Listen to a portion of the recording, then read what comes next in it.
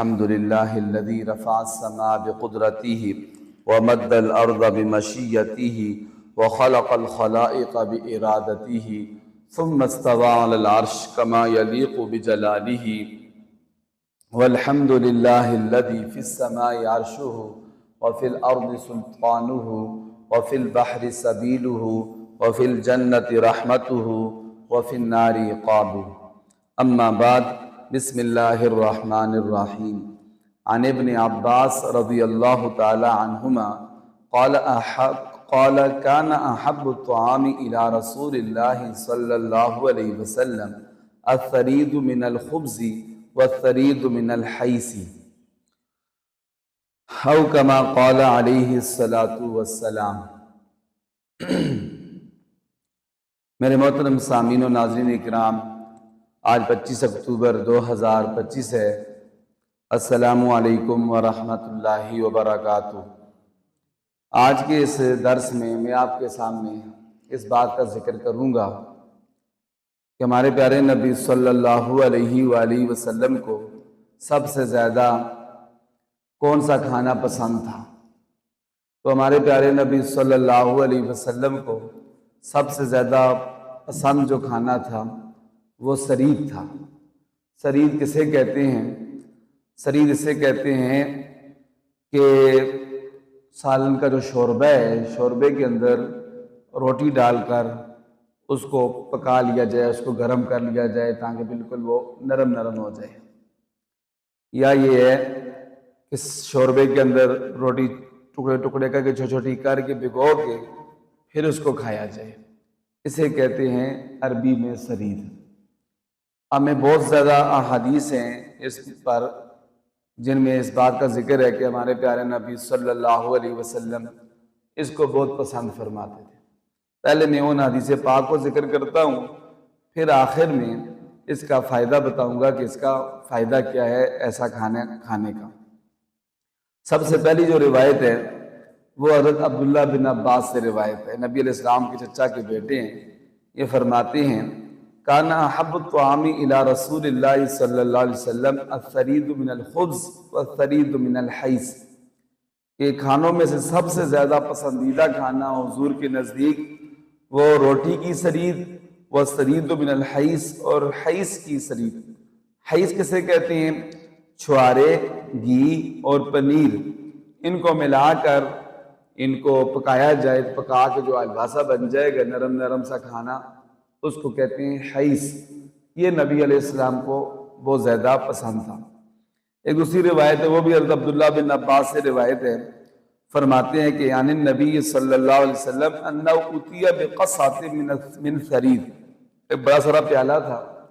نبی علیہ السلام بڑے برتن میں کھانا کھاتے تھے، تاکہ ساتھ اور بھی لوگ کھانا کھا لیتے تھے، اکیلے نہیں کھاتے تھے. ساتھ جو بھی بیٹھا ہوتا تھا، ساتھی ہوتے تھے، گھر والے ہوتے تھے، وہ بھی حضور صلی اللہ علیہ وسلم کے ساتھ کھانا کھاتے تھے. تو بڑا سا پیالہ تھا، وہ لایا گیا، اس میں سرید تھی. تو حضور صلی اللہ علیہ وسلم کے پاس جتنے بھی لوگ بیٹھے ہوئے تھے تو پہلے نبی علیہ السلام نے فرمایا کلوا من جوانبھا، ایسے کرو، شروع کرو، بسم اللہ کرو. بڑا پیالہ ہے، ہر ایک بندہ اپنی منہ کے آگے سے، جیسے پلیٹ کی وہ سائڈ آ جائے گی لیکن بندے کا منہ ہوگا، اس سے اپنے منہ کے آگے سے کھانا شروع کرو. اپنے منہ کے آگے سے کھانا شروع کرو. ایک ہی قسم کا کھانا ہے تو اپنے منہ کے آگے سے کھانا شروع کرو. وَلَا تَأْكُلُوا مِنْ وَسْطِهَا، اور پلیٹ کے پیالے کے درمیان سے اٹھا کے نہ کھاؤ. یہ حضور نے منع فرمایا ہے. اور کیوں فرمایا؟ فَإِنَّ الْبَرَكَةَ تَنْزِلُ فِي وَسْطِهَا، اس لیے کہ برکت کھانے کے درمیان میں نازل ہوتی ہے. اللہ تعالیٰ کی طرف سے جو کھانے میں برکت اترتی ہے وہ کھانے کے درمیان میں اترتی ہے. سائڈوں سے کھائیں گے تو سب کو ملتی جائے گی تھوڑی تھوڑی، درمیان سے بندہ اٹھا کے کھا لے گا تو یہ اس سے حضور صلی اللہ علیہ وسلم نے منع فرمایا کہ باقیوں کو پھر وہ نہیں ملے گی برکت. اور یہ ادب بھی ہے، طریقہ بھی اچھا یہی لگتا ہے کہ بندہ اپنے منہ کے آگے سے کھائے، درمیان سے کھائے یا دوسرے کے منہ کے آگے سے کھائے. یہ برا بھی لگتا ہے. تو ہمارے نبی نے ہر اس کام سے ہمیں منع فرمایا ہے جو اچھا نہ لگے، جو برا لگے. اسی طرح ایک حدیث پاک ہے، وہ حضرت انس بن مالک مشہور صحابی رسول ہے، حضور کے خادم تھے، 10 سال حضور کی خدمت کی ہے. تو وہ فرماتے ہیں قال رسول اللہ صلی اللہ علیہ وسلم فضل عائشہ رضی اللہ عنہا علی النساء کفضل السرید علی الطعام، فرمایا میری بیوی حضرت عائشہ رضی اللہ تعالی عنہ کی فضیلت میری باقی بیویوں پر اس طرح ہے جس طرح سرید کی فضیلت سارے کھانوں پر ہے۔ حضرت عائشہ رضی اللہ تعالی عنہ کی یہ خصوصیت تھی، ہر ایک بیوی کی اللہ تعالیٰ نے اس کو الگ فضیلت عطا فرمائی تھی۔ آپ کو پتہ ہے جو حضور کی پہلی بیوی تھی حضرت خدیجہ الکبریٰ، وہ سب سے پہلے اسلام بھی لائی تھی۔ انہوں نے بہت مشکل ٹائم میں نبی علیہ السلام کا ساتھ دیا تھا۔ پیارے نبی صلی اللہ علیہ وسلم اتنی ان سے محبت کرتے تھے کہ جس سال وہ فوت ہوئی اس سال کا نام ہی عام الحزن پڑ گیا، غم کا سال۔ تو حضور اتنا، حالانکہ وہ بڑی عمر کی تھی، نبی علیہ السلام کی عمر 25 سال تھی، ان کی عمر 40 سال تھی شادی کے وقت، لیکن جب فوت بھی ہو گئی تو اس کے بعد بھی نبی علیہ السلام ان کو یاد کرتے۔ حضرت عائشہ فرماتی تھیں کہ میں اللہ کے پاک نبی، میں آپ کی بیوی موجود ہوں، میری عمر بھی تھوڑی ہے، میں کنواری تھی، آپ نے مجھ سے شادی کی ہے، آپ اپنی اس بوڑھی بیوی کو جو 40 سال کی عمر سے شادی کی، آپ اس کو اتنا کیوں یاد کرتے؟ تو پیارے نبی علیہ السلام نے فرمایا وہ سب سے پہلے مجھ پر اسلام بھی لائی اور اس وقت میرا ساتھ دیا جب میرا ساتھ دینے والا کوئی بھی نہیں تھا، اس نے اپنے مال سے بھی میری مدد کی۔ تو نبی علیہ السلام کے گھر جب حضرت خدیجہ الکبریٰ کی سہیلیاں آتی تھیں تو نبی علیہ السلام حضرت عائشہ کو فرماتے تھے کہ ان کی خدمت صحیح کرنا، اس لیے کہ میری پہلی بیوی حضرت خدیجہ الکبریٰ کی سہیلیاں ہیں۔ ان کی فوت ہونے کے بعد تو ہر ایک بیوی کو اللہ تعالیٰ نے الگ شان دی تھی، لیکن حضرت عائشہ رضی اللہ تعالیٰ عنہ کی خصوصیت یہ تھی کہ جب نبی علیہ السلام ان کے بستر پر بھی ہوتے تھے تو تب بھی اللہ تعالیٰ قرآن پاک نازل کرتے۔ باقی 11 بیویوں میں سے کسی بیوی کو یہ فضیلت حاصل نہیں۔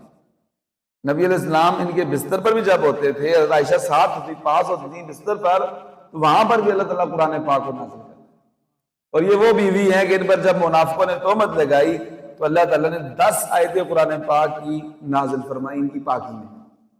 سورہ نور میں موجود ہے 10 آیتیں اللہ تعالیٰ نازل کی، قیامت تک لوگ پڑھتے رہیں گے، ٹھیک ہے۔ عائشہ رضی اللہ تعالیٰ عنہ کی فضیلت اس میں بیان ہوتی رہے گی۔ تو حضور نے فرمایا جس طرح کھانوں میں سے مجھے سب سے زیادہ سرید کا کھانا پسند ہے، اسی طرح میری بیویوں میں سے سب سے زیادہ فضیلت وہ عائشہ رضی اللہ تعالیٰ عنہ کو حاصل ہے۔ تو اس سے حدیث پاک سے بھی یہ ثابت ہوا کہ حضور کو سرید جو تھی وہ پسند تھی۔ ایک دوسری حدیث پاک ہے، ابو موسیٰ اشعری سے روایت ہے، ابن ماجہ میں موجود ہے، فرماتے ہیں کہ حضور نے ارشاد فرمایا کامل من الرجال کثیر، مرد بہت زیادہ کامل گزرے ہیں، یعنی نبی گزرے ہیں مرد، آدم علیہ السلام، ابراہیم علیہ السلام، کامل یعنی اللہ کامل بندے گزرے ہیں۔ حضور نے فرمایا لم یقبل من النساء، عورتوں میں سے صرف 4 عورتیں جو تھیں وہ سب سے زیادہ اللہ تعالیٰ کو کمال عطا فرمایا۔ کون کون سی؟ حضور صلی اللہ علیہ وسلم نے فرمایا مریم بنت عمران، مریم بنت عمران حضرت عیسیٰ علیہ السلام کی والدہ۔ نمبر 2 آسیہ امرات فرعون، آسیہ جو فرعون کی بیوی تھی، فرعون کی بیوی تھی، ایمان لے آئی تھی، فرعون نے بڑا ظلم کیا تھا اس پر، یہاں تک آتا ہے کہ اس کو دیوار کے ساتھ کھڑے کر کے اس کے ہاتھوں میں کل ٹھوک دیے، اس لیے فرعون کو کہتے ہیں کلوں والا، کیلوں والا۔ وہ فرعون ذی الاوتاد، فرعون جو کیلوں والا تھا، اتنا وہ سخت تھا، بہت ظلم کرتا تھا، جو یعنی اس کو نہیں مانتا تھا یا موسیٰ علیہ السلام پر ایمان لے آتا تھا۔ تو اس کی بیوی، لیکن اس نے کہا جی میں مر جاؤں گی لیکن میں اللہ تعالیٰ کے دین کو، حضرت موسیٰ علیہ السلام پر جو میں ایمان لائی اس کو میں چھوڑوں گی نہیں، ٹھیک ہے۔ تو یہ اللہ تعالیٰ نبی نے فرمایا یہ بھی کامل گزری ہے عورتوں میں سے، اس کا ذکر قرآن پاک میں بھی ہے فرعون کی بیوی آسیہ کا۔ اور نمبر 3 حضور صلی اللہ علیہ وسلم نے فرمایا وَإِنَّ فَضْلَ عَائِشَةَ عَلَى النِّسَاءِ كَفَضْلِ السَّرِيدِ الْأَطْعَامِ، اور فرمایا میری بیوی عائشہ کی فضیلت باقی عورتوں پر اس طرح ہے جس طرح سرید کی فضیلت سارے کھانوں پر ہے۔ تو پیارے نبی صلی اللہ علیہ وسلم اس حدیث سے یہ ثابت ہوتا ہے کھانوں میں سے سب سے زیادہ حضور سرید کو پسند فرماتے تھے۔ یہ ایک طویل حدیث ہے، آگے حضرت اکراش بن زبیب سے روایت ہے، اس میں یہ آتا ہے کہ یہ فرماتے ہیں کہ ہم پیارے نبی صلی اللہ علیہ وآلہ وسلم کے پاس گئے تو نبی علیہ السلام مجھے اپنے گھر لے گئے، میں بچہ تھا، چھوٹا تھا، تو نبی علیہ السلام نے میرے ہاتھ سے پکڑا تو اپنے گھر لے گئے، اور پھر فَانْطَلَقَ بِي إِلَىٰ بَيْتِ أُمِّ سَلْمَىٰ، اور بیویوں میں سے جو ام سلمہ کا گھر تھا اس میں ان کی بیوی کا اس گھر لے کر گیا۔ ہاں تو جا کر پوچھا اپنی بیوی سے کہ حل من طعام، گھر میں کوئی کھانا شانا ہے؟ صاحب میرے مہمان بھی آ گیا، بچہ بھی ہے، کہ کھانا کوئی ہے یا نہیں؟ فَأُتِينَا بِجَفْنَةٍ كَثِيرَةِ السَّرِيدِ، گھر والے بھی ماشاءاللہ جو ہوتا تھا وہ کنجوسی نہیں کرتے، نبی کے گھر والے تھے، تو اتنا بڑا پیالہ سرید کا بھرا ہوا وہ لایا گیا جی، یہ کھانا حاضر ہے جی، آ گیا کھانا۔ جب کھانا آ گیا تو فَأَقْبَلْنَا نَاكُلُ مِنْهَا، ہم نے کھانا شروع کیا تو کہتے ہیں میں ایسا تھا کہ میرا جو ہاتھ تھا وہ کھانے کے اندر نہ گھوم رہا تھا، وہ سرید تھی، ایک ہی قسم کا کھانا تھا، تو میں کبھی ادھر سے کھاتا کبھی ادھر سے کھاتا۔ تو پیارے نبی حضرت محمد مصطفیٰ صلی اللہ علیہ وسلم نے فَقَبَضَ بِيَدِهِ الْيُسْرَى عَلَى يَدِهِ الْيُمْنَى، حضور دائیں ہاتھ سے کھانا کھا رہے تھے، بائیں ہاتھ حضور کا فارغ تھا، تو نبی علیہ السلام نے اپنے بائیں ہاتھ سے میرا جو ہے نا ہاتھ دایاں پکڑ لیا، میں کھا رہا تھا اور پلیٹ میں سے پیالے میں سے ہاتھ پھیر کبھی ادھر سے کھا رہا تھا، حضور نے میرا ہاتھ پکڑ لیا، میرا ہاتھ پکڑ کے پھر حضور نے ارشاد فرمایا یا اکراش کل من موضع واحد فإنه طعام واحد، اے اکراش ایسے کرو ایک ہی جگہ سے کھاؤ، اس لیے کہ یہ کھانا ایک ہی قسم کا ہے، ایک ہی قسم کا کھانا ہے، تم ایک ہی جگہ سے کھاؤ، ادھر سے ادھر سے کیوں کھاتے، ایسے نہ کھاؤ۔ حضور تو آپ پتہ ہے مربی بھی تھے اور اصلاح کرنے والے بھی تھے، اللہ کے نبی بھی تھے، تو وہ جب بھی کوئی ایسی بات دیکھتے جو ٹھیک نہیں ہوتی تو فوراً اس کی اصلاح فرما دیتے تھے، تو صحابہ کرام بھی خوشی سے دل و جان سے اس کو قبول کرتے تھے۔ اچھا پھر کیا ہوا اس کے بعد؟ پھر اکراش کہتے ہیں ایسا ہوا ثم أُتِينَا بِطَبَقٍ فِيهِ أَلْوَانُ التَّمْرِ أَوِ الرُّطَبِ، کہتے ہیں پھر ایک اور پیالہ آیا اس کے بعد، کھانا کھا رہے تھے، پہلے تو سرید آئی، پھر ایک اور بڑا پیالہ آیا، اس کے اندر کھجوریں تھیں، خشک کھجوریں تھیں یا تر کھجوریں تھیں، کھجوریں تھی بعض میں خشک بھی تھیں تر بھی تھیں، مختلف قسم کی کھجوریں تھیں، مختلف قسم کی کھجوریں تھیں۔ تو پھر ایسے ہوا فجعلت آکل من بین یدی وجعلت ید رسول اللہ صلی اللہ علیہ وسلم فی الطبق، میں تو ایک ہی جگہ سے کھا رہا تھا ڈر کر، اس لیے کہ پہلے بھی اللہ کے نبی نے فرمایا ایک جگہ سے کھاؤ، کیا کرو ایک ہی جگہ سے کھاؤ، اور میں نبی علیہ السلام کو دیکھ رہا ہوں کہ نبی علیہ السلام کا ہاتھ جو ہے نا وہ بڑے پیالے میں گھوم رہے، کبھی حضور ادھر سے کھجور اٹھا کے کھاتے ہیں تر، کبھی ادھر سے خشک کھجور اٹھا کر کھاتے ہیں، مختلف قسم کی کھجوریں تھیں۔ میں تو ڈر کی وجہ سے اللہ کے نبی صلی اللہ علیہ وسلم کے ڈر کی وجہ سے میں ایک ہی جگہ سے کھا رہا تھا، تو پھر پیارے نبی علیہ السلام نے دیکھا کہ یہ تو جو میں نے پہلے بولا تھا ایک جگہ سے کھاؤ تو ایک ہی جگہ سے کھا رہا ہے، ٹھیک ہے، تو پیارے نبی صلی اللہ علیہ وسلم نے ارشاد فرمایا یا اکراش کل من حیث شئت فإنه غیر لون واحد، اللہ اکبر، حضور نے فرمایا اکراش جہاں سے دل اٹھا کر کھاؤ، اس لیے کہ یہ ایک قسم کا کھانا نہیں ہے، یہ ایک قسم کا کھانا، اس میں مختلف قسم کی کھجوریں ہیں، تم ایک ہی جگہ سے کھاؤ گے دوسری تمہیں نہیں ملے گی، پھر اس کا ذائقہ الگ ہوگا، ٹھیک ہے جی، تو اس لیے فرمایا کہ جہاں سے مرضی ہے کھاؤ، اس لیے کہ کھانا یہ مختلف قسم کا ہے، ایک ہی بڑا پیالہ ہے لیکن مختلف چیزیں ہیں، جہاں سے مرضی اٹھا کے کھاؤ۔ اچھا کھانا بھی کھا لیا، کھجوریں بھی کھا لی، اس کے بعد کیا ہے؟ پھر کہتے ہیں کہ أُتِينَا بِمَاءٍ، ایک پانی لایا گیا، برتن میں پانی لایا گیا، تو فغسل رسول اللہ صلی اللہ علیہ وسلم یدیہ، تو پیارے نبی صلی اللہ علیہ وسلم نے اپنے ہاتھ مبارک دھوئے، یہ بھی سنت ہے، آپ کو پتہ ہے ہمارے یہاں تو خاص کر کیا کہتے ہیں اس کو پنجاب میں یہ سنت بہت کم ہے، کھانے کے بعد فوراً جو ہے نا ہاتھ دھونے کے لیے پانی لایا جائے، لوگ اٹھ کے اپنے اپنے ہاتھ دھو لیتے ہیں، ٹھیک ہے جی، لیکن یہ ہے کہ یہ جو پٹھانوں کے علاقوں میں آپ جائیں یا عرب میں جائیں، وہاں ایسا ہوتا ہے کہ جو ہی کھانا کھاتے ہیں نا ساتھ وہ لوٹا لے کر آ جاتے ہیں صاف پانی والا، اور ساتھ برتن ہوتا ہے ہاتھ دھونا، اس میں سب کے ہاتھ دھلاتے ہیں نمبر وائز، کھانے سے پہلے بھی دھلاتے ہیں، کھانے سے پہلے بھی ہاتھ دھونا سنت ہے، لیکن کھانے سے پہلے ہاتھ دھو کے پھر پوچھنے نہیں ہے کسی چیز کے ساتھ، اور کھانے کے بعد بھی ہاتھ دھونا سنت ہے، کہ سنت میں کتنا ہاتھ بھی پاک ہو جاتے ہیں اور سنت کا ثواب بھی مل جائے گا، تو ہمیں بھی اپنے گھر میں اس کو زندہ کرنا چاہیے سنت کو، کھانا بچوں خاص کر بچوں کے ہاتھ دھلانے چاہیے، کھانے سے پہلے بھی، کھانے کے بعد، بچے باہر کھیلتے رہتے ہیں ان کے ہاتھ گندے ہوتے ہیں چھوٹے بچوں کے، اور خود بھی دھونے چاہیے، سنت سمجھ کر صاف ہو پھر بھی دھونے چاہیے، اس لیے کہ سنت ہے۔ تو کہتے ہیں پانی لایا گیا تو حضور صلی اللہ علیہ وسلم نے اپنے مبارک ہاتھ دھوئے، وَمَسَحَ بِبَلَلٍ كَفَّيْهِ وَجْهَهُ وَذِرَاعِهِ وَرَاسِهِ، اللہ اکبر۔ تو پھر اس کے بعد پیارے نبی صلی اللہ علیہ وسلم نے ایسا کیا کہ ہاتھ دھونے کے بعد ہلکی سی تری لگی ہوئی تھی، تو پیارے نبی علیہ السلام نے اس کو اپنے بازوؤں پر مل دیا، کپڑے اوپر جیسے بازوؤں پر لگا دیا، اور اپنے چہرے کو اس کے ساتھ مل لیا، اپنے ہتھیلیوں کے ساتھ، یعنی ہتھیلیوں پر جو ہلکی سی تری تھی دھونے کے بعد، ہاتھ دھونے کے جو ہاتھ گیلے تھے اس کو اپنے چہرے پہ ایسے لگا دیا، اور اپنے بازوؤں پہ بھی نبی صلی اللہ علیہ وسلم نے اپنے سر پہ بھی اس کو لگا دیا، اور فرمایا یا اکراش ھذا الوضوء مما غیرت النار، فرمایا اے اکراش یہ وضو ہے اس چیز سے جس کو آگ تبدیل کر دے، جس کو آگ کیا کر دے، یعنی یہ کھانا آگ پر پکا تھا، ٹھیک ہے جی، تو اس کے بعد یہ میرے ہاتھوں کے ساتھ لگا ہوا تھا تو میں نے اس کو ایسے لگا دیا۔ اس میں کیا ہے، ایک تو سنت رسول ہے، ثواب کا ثواب ہے، آخر میں بھی دیکھیں نبی علیہ السلام نے یہ بھی مناسب ہی سمجھا کہ جو ہاتھ کے ساتھ بھی لگا ہوا ہے اس کو بھی نبی علیہ السلام نیچے پھینک دیں، ٹھیک ہے، تو یہ بھی پیارے نبی حضرت محمد مصطفیٰ صلی اللہ علیہ وآلہ وسلم کی سنت ہے۔ یہ دیکھیں میں نے آپ کے سامنے کافی حدیث پاک جو ہے وہ ذکر کی ہیں، ایک آخری حدیث پاک ذکر کرتا ہوں، وہ اسماء بنت ابی بکر سے روایت ہے۔ حضرت اسماء حضرت ابو بکر کی بیٹی ہیں، اور یہ وہ بیٹی ہیں کہ جب حضور حضرت ابو بکر غار میں تھے ہجرت کے سفر میں تو کھانا پہنچانے کی ڈیوٹی ان کی تھی، بکریاں لے جاتی نزدیک چرانے کے بہانے، کافروں کو پتہ نہ چلے تاکہ، اور نزدیک لے جا کر بکریوں کا دودھ نکال کر وہ پیارے نبی صلی اللہ علیہ وسلم کو حضرت ابو بکر کو دے دیتی تھی غار میں، تو پیارے نبی صلی اللہ علیہ وسلم حضرت ابو بکر پھر اس پر گزارا کرتے، باقی بھی کوئی چیز جو کھانے کی ہوتی وہ دے آتی تھی۔ تو ان سے روایتیں یہ فرماتی ہیں کہ انہا کان اذا اوتیت بسرید امرت به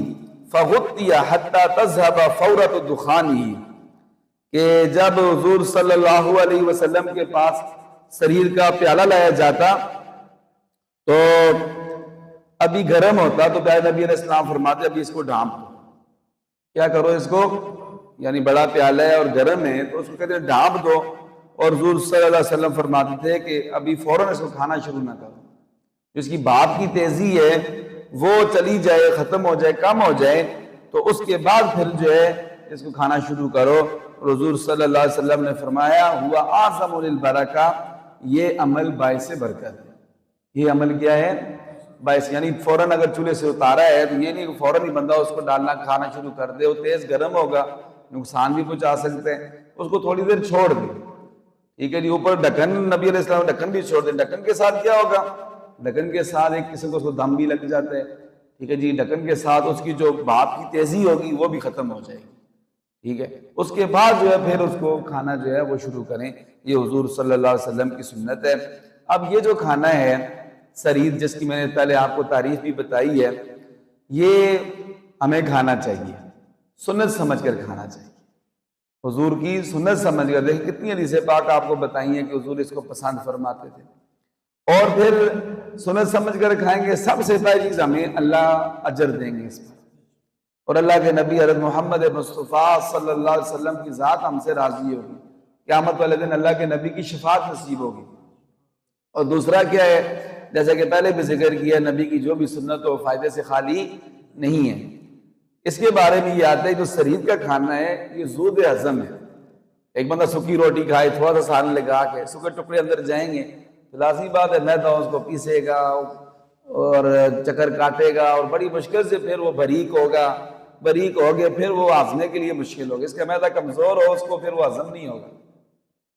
لیکن وہ میدے کی بھی چنگی ورزش ہوگی، دانتوں کی پہلے ورزش ہوگی، ٹھیک ہے جی، دانت صحیح تھکیں گے چبانے کے لیے، سخت روٹی بھی چبانی پڑتی ہے، گیلی نہ ہو نرم نہ ہو، پھر جا کے اگر میدا جو ہے نا اس کو بھی مشکل ہوگی، وہ ہضم نہیں ہوگا۔ لیکن جو سرید ہے نہ چبانے کی ضرورت، منہ میں ڈالنے کو پہلے سے نرم ہے، بزرگوں کے لیے تو بہت ہی زیادہ وہ فائدہ مند ہے، جن کے دانت کمزور ہیں، دانت نہیں ہیں، اور پھر میدے میں جائے گی تو پہلے سے وہ نرم ہے، پہلے سے وہ بالکل جو ہے باریک ہے، تو میدے پر بوجھ بھی نہیں آئے گا، زود ہضم ہے۔ دوسرا یہ ہے کہ جو بلغمی امراض ہوتی ہیں، انسان کے سینے میں بلغم ہوتی ہے، گلے میں بلغم ہوتی ہے، سرید کا کھانا کھانے سے وہ بلغم پیدا ہی نہیں ہوگی، جو ہوگی وہ بھی اس سے ختم ہو جائے گی۔ اور تیسرا فائدہ یہ ہے کہ جو سرید کھاتا ہے اس کے پیٹ میں جو ہے نا وہ گیس نہیں ہوگی، گیس نہیں ہوگی، اس لیے کہ پہلے ہی اس کا سارا کوئی گیس ہے اس کی نکل گئی ہے کھانے کے اندر سے، گرم کرنے سے اور پھر اس کو نرم کرنے سے سارا ختم ہو گیا، اس کا فائدہ ہی فائدہ ہے۔ اب یہ جو ہم پٹھان لوگ ہیں یا جو عرب لوگ ہیں، ڈیرہ اسماعیل خان کے لوگ ہیں، ڈیرہ اسماعیل خان میں ایسے کہ ہوٹلوں پر ملتی ہے اور اس کو اپنی زبان میں وہ صحبت کہتے ہیں، کیا کہتے ہیں؟ صحبت کہتے ہیں. ہوٹلوں پر باقاعدہ ملتی، باقاعدہ ڈش ہوتی ہے، اس میں مرغی ہوتی ہے، گوشت ہوتا ہے، اور ایسے روٹی بنی ہوئی ہوتی ہے. ٹھیک ہے جی. تو یہ لوگ اس کو شوق سے کھاتے ہیں، لیکن ہمارے لوگ خاص کر جو پنجاب کے لوگ اس کو نہیں کھاتے ہیں. اور بعض ایسے بھی ہیں کہ اس کو نا بہت برا سمجھتے ہیں، کراہت کرتے ہیں، اس کو برا سمجھتے ہیں، یہ کیا بندہ لگا ہوا ہے یار سالن کے اندر روٹی ڈال کے جو وہ کھا رہے ہیں. تو کہنے کی بات یہ ہے کہ یہ کوئی بری بات نہیں ہے، کوئی کراہت کی ناپسندیدہ. کراہت کریں گے تو گناہ گار ہوں گے. کیوں؟ اس لیے نہ کھائیں الگ بات ہے، ایک بندے کا دل نہیں کرتا نہ کھائے، کوئی ضرورت نہیں ہے، لیکن سنت ہے، کھائے گا تو اس کو اجر ملے گا. لیکن ایک بندہ کراہت کرے گا، ناپسند کرے گا، وہ پھر نعوذ باللہ، اللہ معاف کرے، کفر تک خطرہ ہے اس کا، کافر ہونا تک. کیوں؟ حضور کی جو سنت ہو اس کو ایک مسلمان جو ہے نا اس کو کراہت نہیں کر سکتا، اس کو برا نہیں سمجھ سکتا. اگر نبی کسی سنت کو دل سے برا سمجھے گا یا کراہت کرے گا اس سے، تو اس کے بارے میں پھر ایمان کا خطرہ ہو جاتا ہے کہ اس کا ایمان ہی کہیں ضائع نہ ہو جائے. مثال کے طور پر داڑھی ہے، ایک بندہ نہیں رکھتا ہے تو وہ گناہ گار ہوگا لیکن کافر نہیں ہوگا. لیکن ایک بندہ رکھتا نہیں ہے لیکن دوسروں کی داڑھی کا مذاق اڑاتا ہے، نعوذ باللہ، بات کہتے ہیں یہ بکرے کی طرح داڑھی ہے، فلاں ایسے، تو یہ بندہ کافر ہو جائے. ٹھیک ہے جی. کیوں کافر ہوتا ہے؟ اس لیے کہ سنت کا کیا کیا ہے؟ مذاق اڑایا ہے، سنت کو برا سمجھا ہے. اس کا خیال کرنا چاہیے، کسی بھی سنت کا، دینی کسی بھی چیز کا مذاق نہیں اڑانا چاہیے. اللہ تعالیٰ سب سے پہلے مجھے پھر آپ کو عمل کی توفیق عطا فرمائیں. وآخر دعوانا